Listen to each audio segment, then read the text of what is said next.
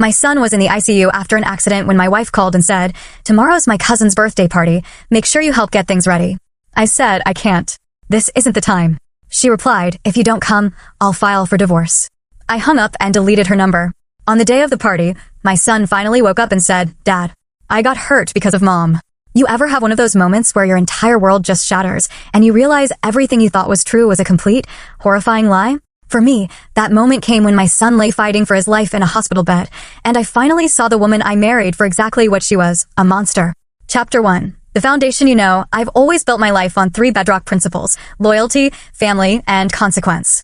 I'm Vincent Morrison, 42 years old, and I run a private security firm. We specialize in protecting high-profile clients, work that teaches you to read people like open books and trust your gut above all else.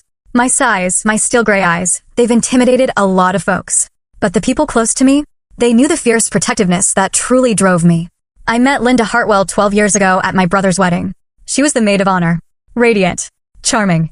Her auburn hair just seemed to catch the light, and her laugh? It pulled everyone into her orbit. Back then, Linda was a physical therapist, helping accident victims rebuild their lives. It was that compassion, that apparent dedication to healing others, that first drew me to her. Our courtship was fast, intense. 8 months later, we were married.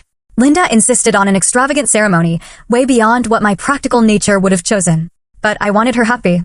2 years later, our son, Mason, was born. Bright-eyed. He had my analytical mind and his mother's quick wit. I built them a life most people would envy. Our home in Riverside Hills had every luxury Linda desired. I even encouraged her to leave physical therapy after Mason was born, wanting her to have the freedom to pursue whatever made her happy. She took up tennis, joined the country club, and really immersed herself in the social circles of suburban wives. But over the last 2 years, I started noticing things. Linda became distant, always checking her phone, stepping away to take calls. She spent more and more time at the country club, often not getting home until well after dinner, with elaborate explanations about charity events and women's group meetings. Her affection, both for Mason and for me, had cooled. It was replaced by this kind of irritated tolerance. My business instincts, those instincts I relied on for a living, they screamed warnings. But I silenced them. This was my wife, the mother of my child. The woman who'd promised to stand by me through everything. I chose to trust rather than investigate. That choice, it was the biggest mistake of my life. The accident happened on a Tuesday evening in October. Mason was riding his bike in our neighborhood. A speeding car hit him at the intersection near our home. I got the call while reviewing security protocols with a client. Critical condition. Emergency surgery. Those words shattered my world in an instant. I drove to the hospital with my hands trembling for the first time in years. My mind was just cycling through every worst-case scenario. Mason. My brilliant 10-year-old son, who wanted to be a detective just like his dad. He was fighting for his life. The doctors explained Mason had suffered severe head trauma and internal injuries. The next 48 hours would be crucial. I called Linda immediately. Straight to voicemail. I tried 3 more times during that harrowing first night, as Mason underwent surgery after surgery. Each time, no answer. It wasn't until the next evening, nearly 24 hours after the accident, that Linda finally appeared at the hospital. She rushed into the ICU waiting room wearing a tennis outfit. Her hair was perfectly styled. Not a trace of the frantic worry I would have expected from a mother whose child was fighting for his life. Her explanation, she'd been at a spa retreat with friends and hadn't checked her phone, struck me as odd. But in my exhaustion and fear, I pushed the doubts aside. Now, sitting beside Mason's bed on the 3rd day, watching the steady rise and fall of his chest, connected to machines that kept him alive, I felt something cold settling deep in my chest. Linda had left the hospital that morning, claiming she needed to handle some urgent matters at home. She barely touched Mason's hand. She barely looked at the monitors that tracked our son's fragile hold on life.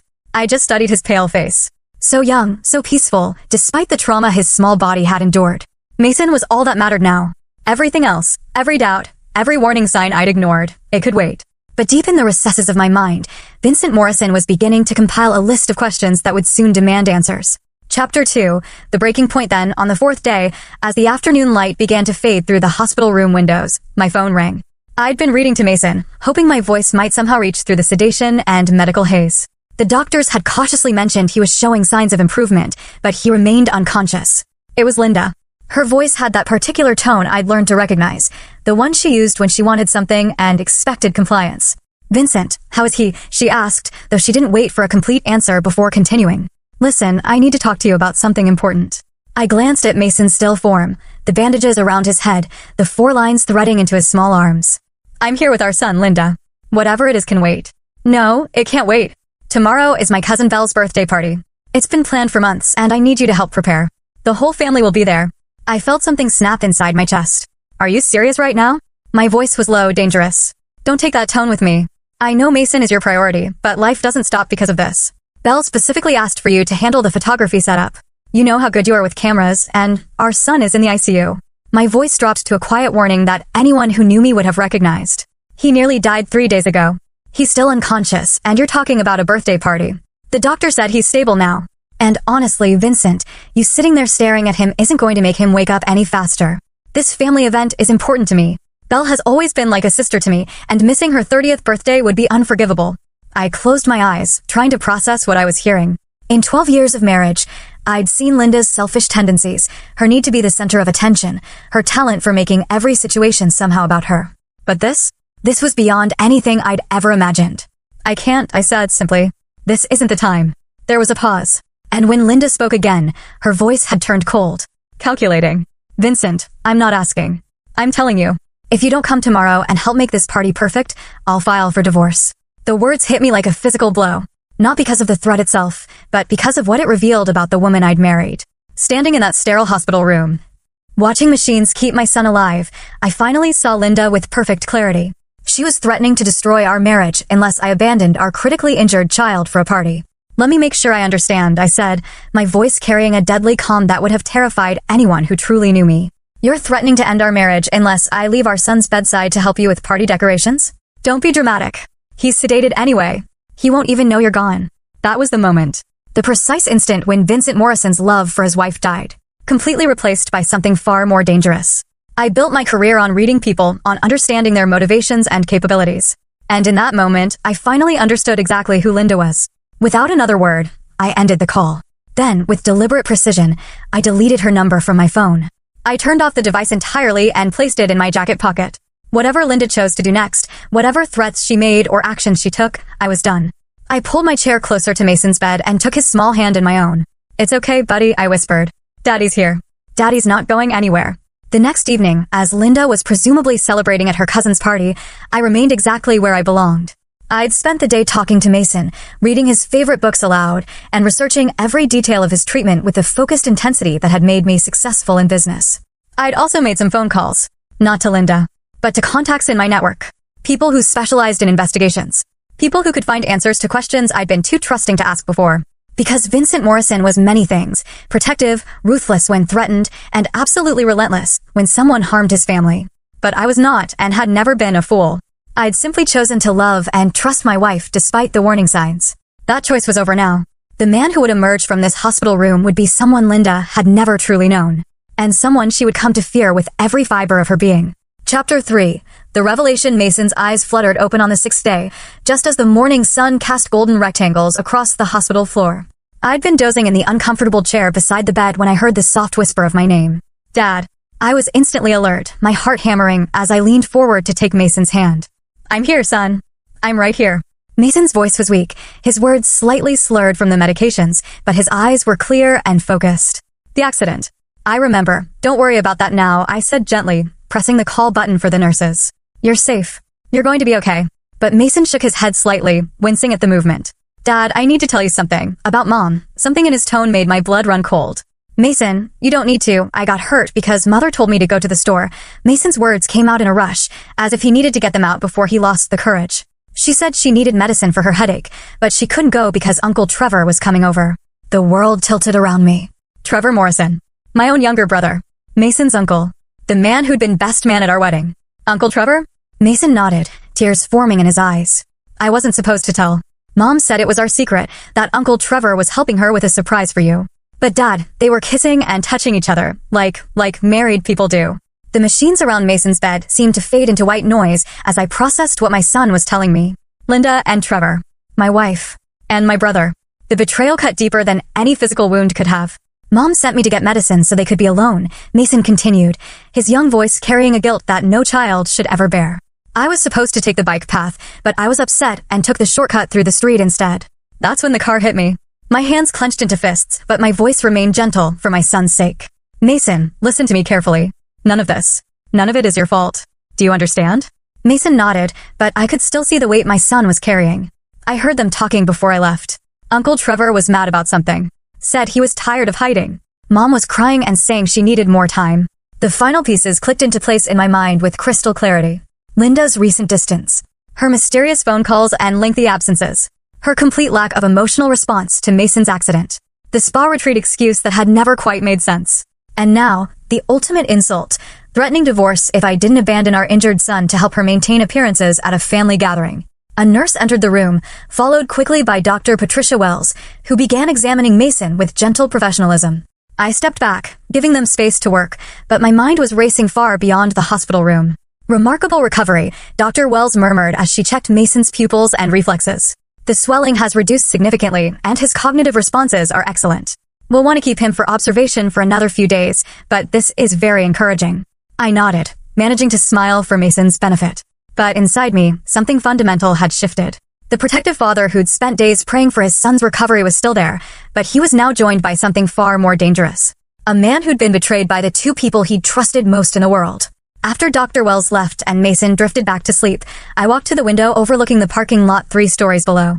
I could see my black Mercedes, the same car I'd driven frantically to the hospital 6 days ago, when I'd still believed my world was intact.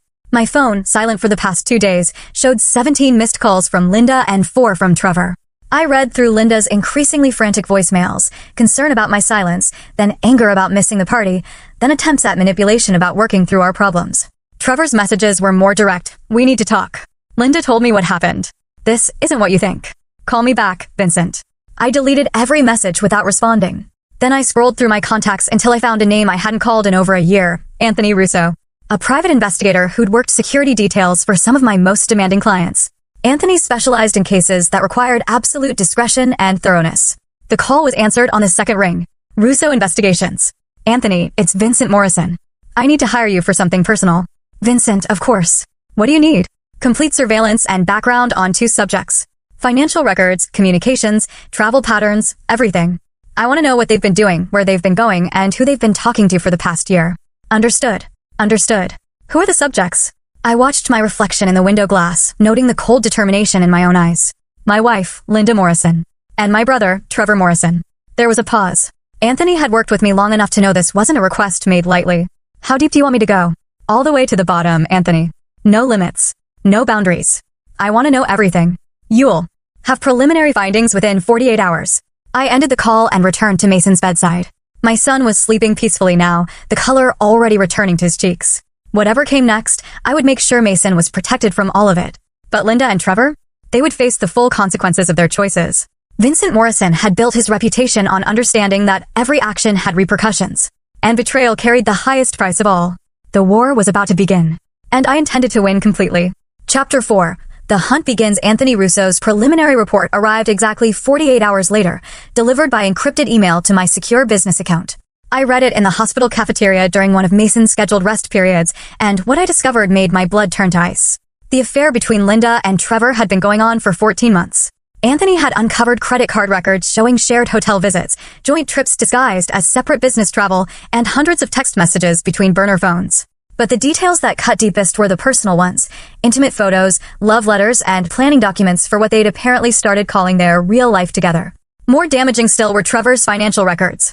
My brother had been systematically embezzling from our family construction business, the company our father had built and left to both of us. Trevor had been siphoning money into offshore accounts, apparently planning to disappear with Linda once they'd accumulated enough to start fresh somewhere else. But the revelation that made my jaw clench with fury was a recorded phone conversation Anthony had obtained from 3 weeks ago. Linda's voice was crystal clear. Once Vincent finds out about us, he'll probably try to take Mason away. We need to be prepared for that. Maybe it would be better if something happened to eliminate the custody issue entirely. Trevor's response had been just as chilling. You mean something permanent? I'm just saying, accidents happen. Especially to little boys who don't watch where they're going. I had to step outside the hospital to process what I just read. My wife and brother hadn't just betrayed me. They potentially orchestrated our own son's near-death experience. The accident that had nearly killed Mason might not have been an accident at all. I called Anthony immediately. I need surveillance recordings from the intersection where Mason was hit. Traffic cameras, security footage from nearby businesses, everything. Already working on it. I should have those files by tomorrow. And Anthony, expand the investigation. I want to know everything about both of them. Debts, associates, weaknesses.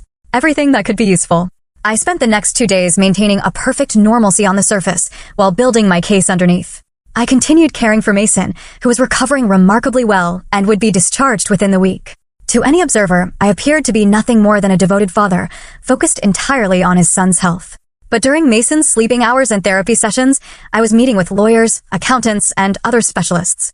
I consulted with Detective Ray Castellano, a former police investigator who now worked private cases for my security firm. Ray specialized in building airtight cases that could withstand any legal scrutiny. "You want to be very careful here, Vincent," Ray warned during our meeting at a downtown diner. "If you're right about them orchestrating the accident, we're talking about attempted murder of a child. That's not something you handle privately. I'm not interested in letting the courts handle this, Ray. I want them destroyed. Completely. But I want it done in a way that looks like natural consequences." Ray studied my face carefully. We'd worked together for 8 years, and he'd never seen this level of cold determination in me. "What exactly are you planning?" "Trevor's been stealing from the family business. That stops now. And he pays back everything with interest. Linda wants a divorce. She'll get one, but she'll walk away with nothing. And if they did engineer Mason's accident," my voice dropped to a whisper that somehow sounded more threatening than any shout, "then they'll understand what real consequences look like." The traffic camera footage arrived that evening, and what it revealed confirmed my worst suspicions. The car that had struck Mason hadn't been speeding by accident. The driver had actually accelerated toward the crosswalk where Mason was crossing. More damning still, a license plate search revealed the vehicle was registered to a shell company that traced back to one of Trevor's business associates. I now had proof of attempted murder. But instead of taking the evidence to police, I began planning something far more comprehensive. I spent the night drafting what I privately called the Trevor Protocol, a systematic plan to strip my brother of everything he valued, while exposing his crimes in the most publicly humiliating way possible. The plan had 3 phases. Phase 1 would target Trevor's finances and reputation within our shared business community. Phase 2 would destroy his relationship with Linda by revealing the extent of his criminal activities to her. Phase 3 would be the final reckoning, a confrontation that would leave Trevor with nothing but the knowledge that his own actions had caused his downfall. For Linda, I had something even more personal in mind. She wanted to play games with our marriage? I would show her exactly what happened when someone tried to manipulate a man who understood power better than she ever could.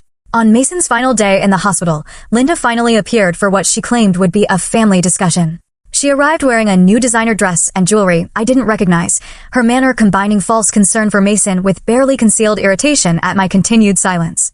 "We need to talk about us," she announced after giving Mason a perfunctory kiss on the forehead. "This silent treatment is childish, Vincent. There is no us anymore, Linda." My voice was calm, almost pleasant. "File for divorce whenever you want. My lawyer will be in touch with the settlement terms." Linda's eyes flashed with triumph, clearly believing she'd won. "Good. I was hoping you'd be reasonable about this." "Oh, I'm going to be very reasonable," I agreed, smiling in a way that didn't reach my eyes. "You'll find me extremely reasonable." As Linda left the hospital that afternoon, confident in her victory, she had no idea that Vincent Morrison had just declared war. And in war, I had never lost a single battle. Chapter 5. The perfect trap. I spent Mason's first week home from the hospital establishing the perfect facade of a man resigned to his fate. I hired Mrs. Eleanor Fitzgerald, a highly recommended private nurse, to help with Mason's recovery while I handled the divorce proceedings. To Linda, I appeared defeated, going through the motions of our separation with bitter acceptance. What Linda didn't know was that Mrs. Fitzgerald had previously worked security for my firm and was documenting everything that happened in our home. Every conversation, every visitor, every phone call Linda made was being recorded through sophisticated surveillance equipment I had installed throughout the house. The recordings from just the first 3 days were devastating. Linda had invited Trevor over within hours of my supposedly giving up, and their conversations revealed the full scope of their plans. They discussed selling the house immediately, moving the offshore money to untraceable accounts, and starting fresh in Costa Rica, where they believed I couldn't touch them. But more damning were the details about Mason's accident. In a moment of drunken confidence, Trevor had boasted about how easy it had been to arrange. "Your boy getting hurt was the perfect excuse for Vincent to be out of the picture," he'd said. "And if he'd been hurt worse, well, single mothers get a lot more sympathy than divorced wives." I listened to the recording 3 times, my hands steady despite the rage building inside me. They hadn't just betrayed me. They tried to murder my son for convenience. Whatever happened next, they had earned every moment of suffering I was about to deliver. The first phase of my plan launched during the 2nd week. Trevor arrived at the Morrison Construction offices Monday morning to find the locks changed and federal investigators waiting with a search warrant. I had provided them with detailed financial records showing the embezzlement, tax evasion, and fraud Trevor had been committing for over a year. "I don't understand." Trevor had called me, panic clear in his voice. "Why would you turn me in? We're family." "You stopped being my family the moment you decided to steal from our father's company," I replied calmly. "The FBI is very interested in your offshore accounts, by the way. Turns out, Hiding money from the IRS is still illegal. While Trevor scrambled to find lawyers and damage control, I was already implementing phase 2. I arranged for Linda to receive copies of Trevor's arrest records, his financial crimes documentation, and most importantly, recordings of Trevor bragging about having other women in 3 different cities. Linda's call came within an hour of receiving the package. "Vincent, we need to talk. Something terrible has happened with Trevor." "I know all about Trevor, Linda," I said simply. "I've known for weeks." There was silence on the line. Then Linda's voice came back, smaller, more uncertain. "What do you mean?" "I mean I know about the affair. I know about the embezzlement. I know about the accident." Each word was delivered with surgical precision. "I know everything, Linda. You don't understand." "I understand perfectly. You and my brother have been planning to destroy my family, steal my money, and move to Costa Rica. Unfortunately for both of you, I'm much better at this than you are." I could hear Linda's breathing becoming rapid and panicked. "What do you want?" "I want you to pack a suitcase and be out of my house by noon tomorrow. The divorce papers will grant you exactly what you deserve. Nothing. You can keep whatever you can fit in that suitcase. You can't do this. I have rights. You had rights when you were my wife. You gave those up when you decided to have my son nearly killed for your convenience." My voice remained calm, but the words carried the weight of absolute finality. "Noon tomorrow, Linda. Don't be late." The next morning, I watched from Mason's bedroom window as Linda loaded 2 suitcases into her car, her face streaked with tears and fury. She kept looking up at the house, clearly hoping I would change my mind or come outside to negotiate. I didn't. Mason, propped up in bed, reading, looked up at his father. "Is Mom really leaving forever?" "Yes, she is. Are you sad?" I considered the question carefully. Was I sad? The man who loved Linda Hartwell was sad, but that man had died in a hospital room a week ago. The man who'd taken his place felt only cold satisfaction at seeing justice served. "No, buddy. I'm not sad. People who hurt our family don't get to stay in our family." Mason nodded seriously, wise beyond his 10 years. "Like Uncle Trevor?" "Exactly like Uncle Trevor." That afternoon, I received a call from Detective Castellano. "Trevor Morrison posted bail 2 hours ago. Word is he's been trying to contact Linda, but she's not answering her phone. She's probably figured out that he's been lying to her about everything else too. What's his next move likely to be?" I observed. "My guess? He's going to come looking for you. Men like your brother don't go down quietly, especially when they think they've been betrayed." I smiled grimly. "Good. I've been waiting for him to make that mistake. Because phase 3 of my plan required Trevor to come to me. And when he did, I would be ready to finish what his brother had started the day he decided that harming a child was an acceptable price for his greed. The final confrontation was coming, and Vincent Morrison intended to win it permanently. Chapter 6. The reckoning approaches. Trevor Morrison made his predictable move on a Thursday evening, just as I had calculated he would. Desperate, facing federal charges, and abandoned by Linda, he came to the family home looking for someone to blame for his downfall. I had been expecting him. Mrs. Fitzgerald had taken Mason to his grandmother's house for a sleepover, leaving me alone to handle what was coming.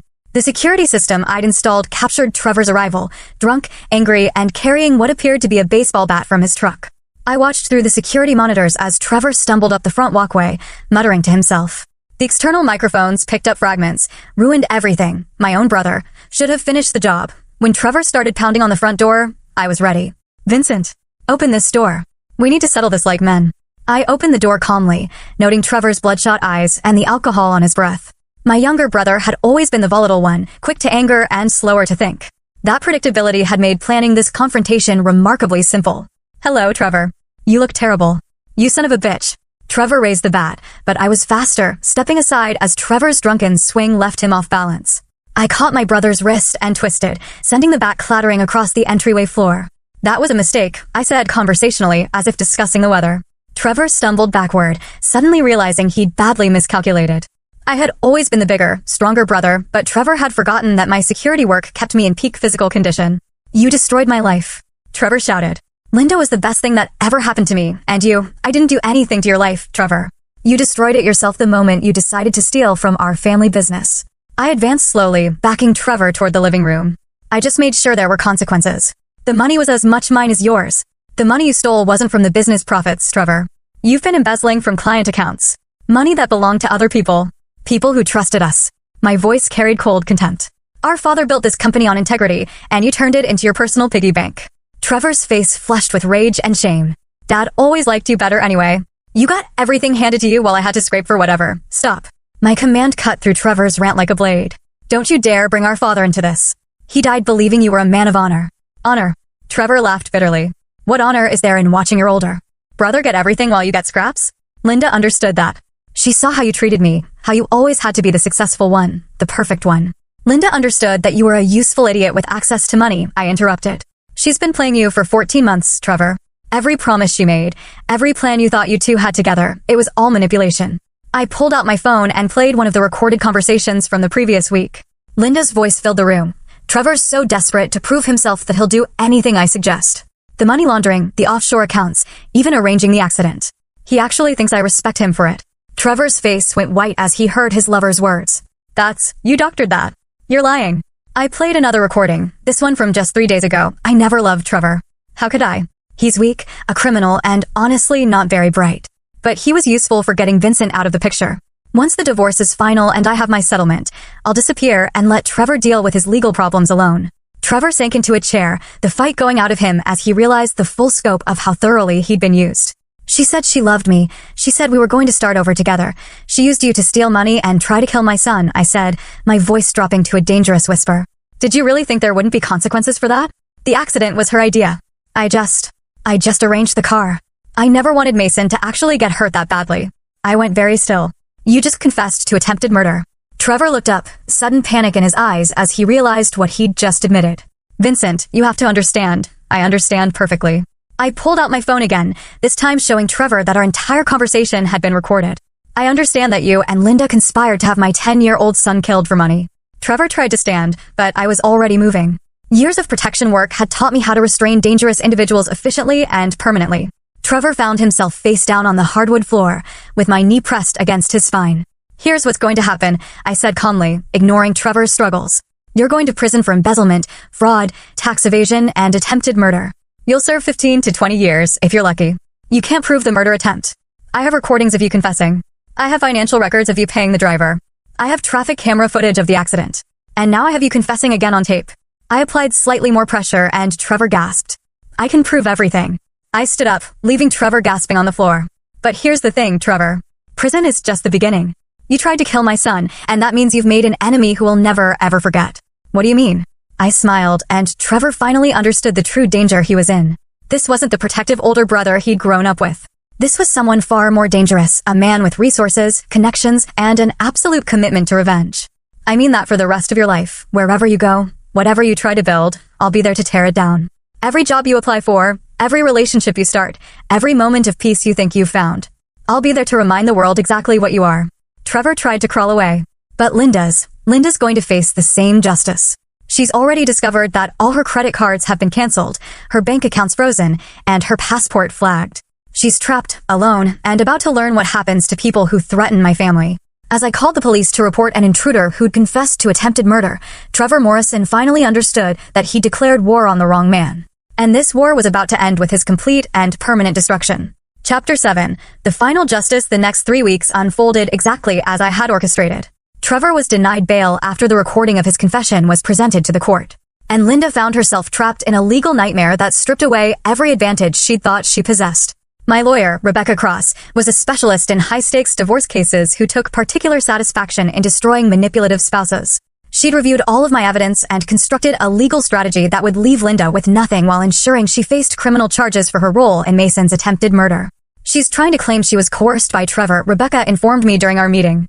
Her attorney is arguing that she was a victim of manipulation and had no real involvement in the criminal conspiracy. I smiled coldly. Show them the recordings from last Tuesday. Rebecca played the audio file I had provided, Linda's conversation with a man named Carlos Mendez, whom she'd been secretly meeting while supposedly devastated about her marriage's end.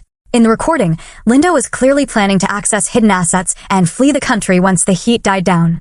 I love how she thought she was so clever, Rebecca observed. Trying to play the victim while secretly planning her escape. The prosecution is going to have a field day with this. Linda's attempts to claim innocence collapsed when faced with the overwhelming evidence I had accumulated.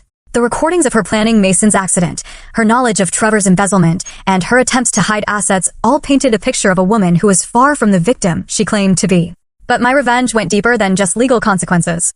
I'd used my network of contacts to ensure that Linda's reputation was destroyed throughout our entire social circle. The country club expelled her for moral turpitude. Her closest friends received anonymous packages containing transcripts of her most damning recorded conversations. Every bridge she'd ever built was systematically burned. The coup de grace came when I arranged for Linda's own family to learn the truth about her character.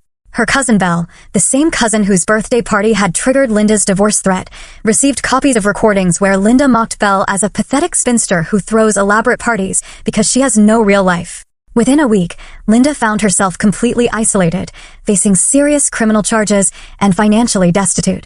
Her desperate attempts to contact me for mercy went unanswered.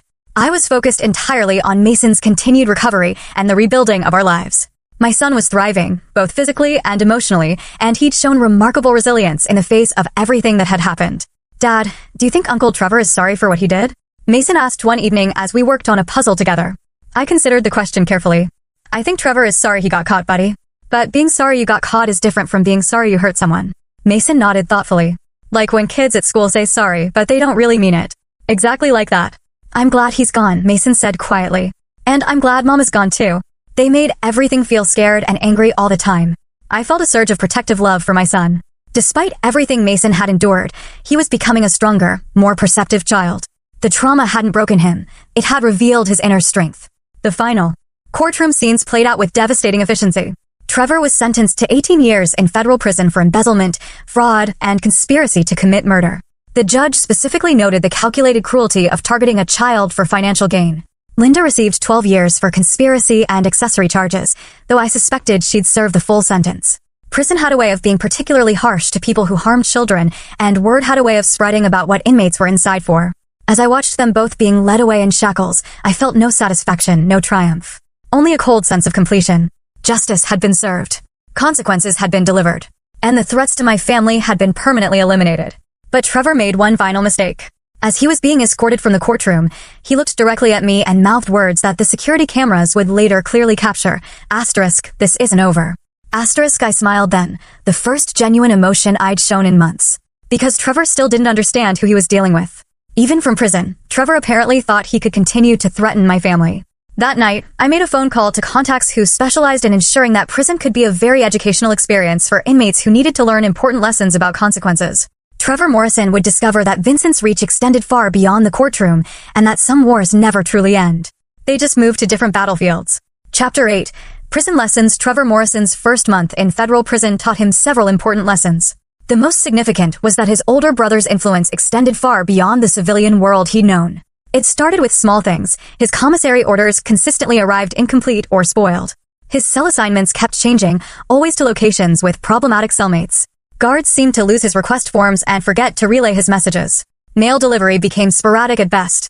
But the real education began when Trevor was approached by Marcus Webb, a lifer who controlled most of the prison's internal economy. Marcus was a soft-spoken man whose quiet demeanor masked a ruthlessly efficient intelligence network. Trevor Morrison, Marcus said during their first conversation in the prison yard. You're the one who tried to have a kid killed for money. Trevor tried to appear confident. I don't know what you're talking about. Marcus smiled patiently. See, that's interesting, because I have some friends on the outside who told me all about you. How you worked with that woman to arrange for a 10-year-old boy to get hit by a car. How you did it for money, and a piece of tail that didn't even respect you. Who told you that? Let's just say your brother has friends in interesting places. Marcus's smile never wavered. And those friends want to make sure everyone here understood exactly what kind of man you are. The conversation was a revelation for Trevor. I hadn't just destroyed his life legally. I'd arranged for Trevor's imprisonment to be a daily reminder of the consequences of his choices. Every day brought new humiliations, new demonstrations that, even behind bars, my reach was absolute. Meanwhile, Linda was learning similar lessons in the women's federal facility 3 states away. Her attempts to maintain her appearance and social status were systematically undermined by accidents and oversights that left her looking haggard and desperate. But my true masterstroke came 6 months into their sentences. Through carefully orchestrated channels, both Trevor and Linda received the same message. Vincent Morrison had adopted a new identity and disappeared with Mason, leaving no forwarding address. They would serve their full sentences knowing that when they were released, they would never be able to find or threaten Vincent's family again. The message was a lie, of course. Mason and I had simply moved to a new house in a different part of town and continued our lives. But the psychological impact on Trevor and Linda was devastating. They faced the next 11 years knowing that their crimes had not only destroyed their freedom, but also permanently severed any possibility of finding Mason and me when they were released. Trevor's breaking point came 8 months into his sentence. During a supervised phone call, he managed to reach one of my old business numbers. Vincent, please. I'm begging you. I've learned my lesson. I'm sorry for everything. Trevor's voice was calm, almost pleasant. I'm surprised to hear from you. Please, you have to call off whatever you've arranged in here. I can't take much more of this. Call off what? I haven't arranged anything, Trevor. What you're experiencing are just the natural consequences of your choices. People know what you did to Mason. They know about the accident. Of course they do. Attempted child murder is public record. I'm not responsible for how other inmates react to that information.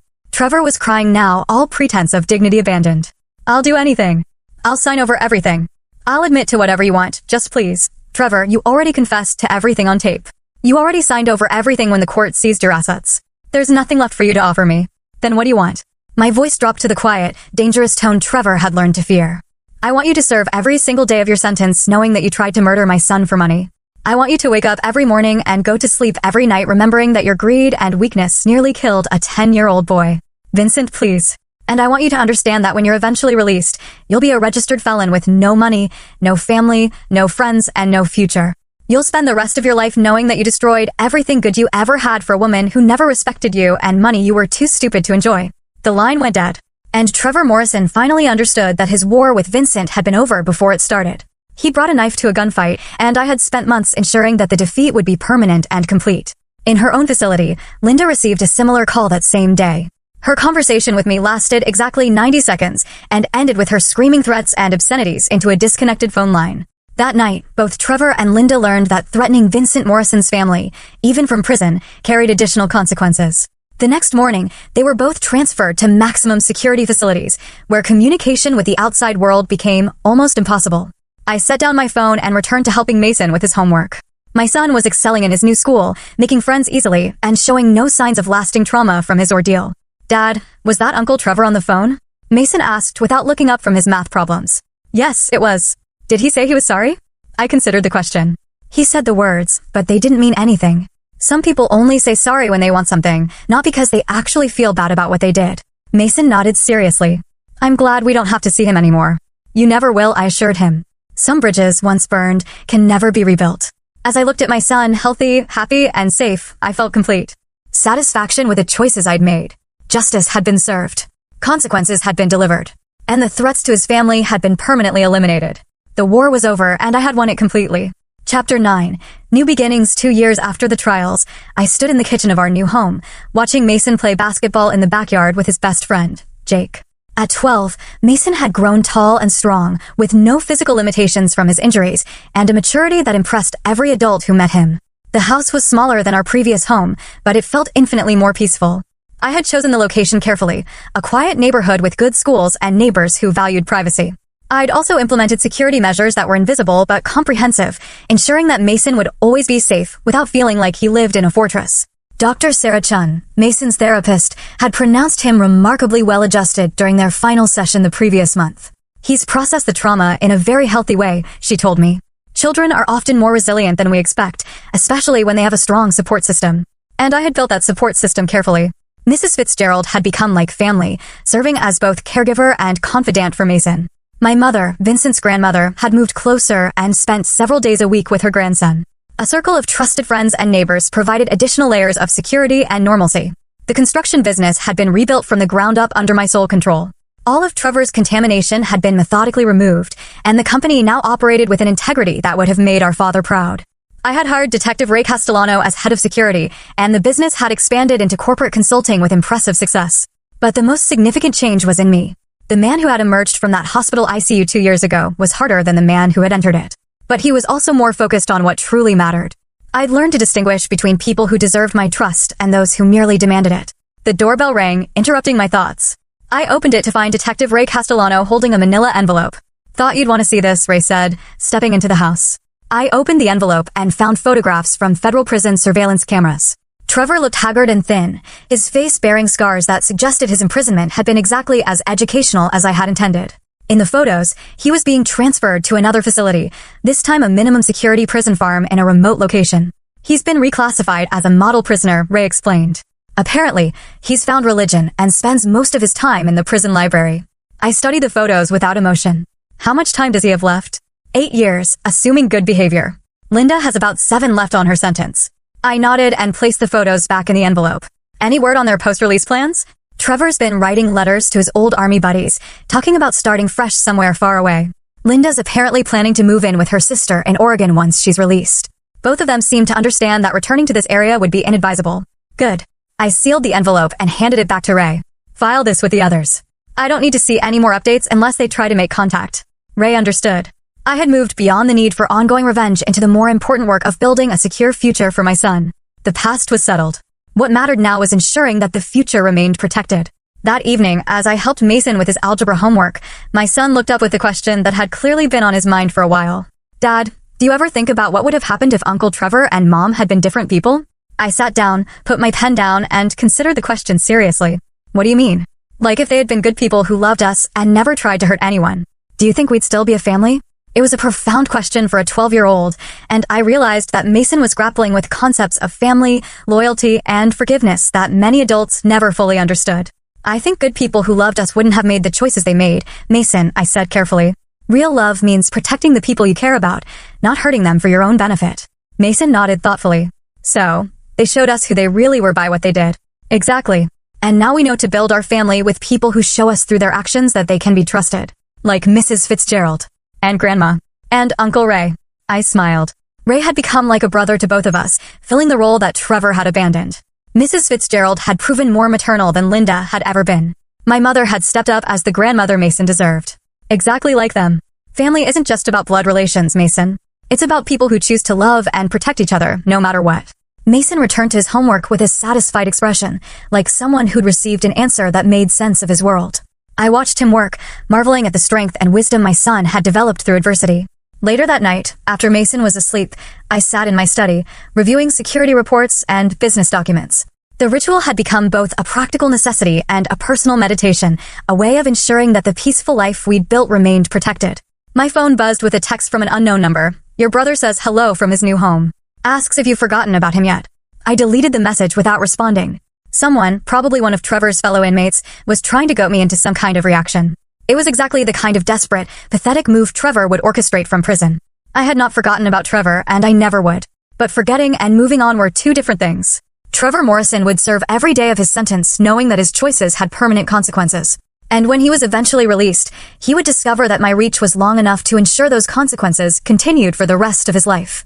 But Vincent Morrison had more important things to focus on than managing the misery of people who had forfeited the right to his consideration.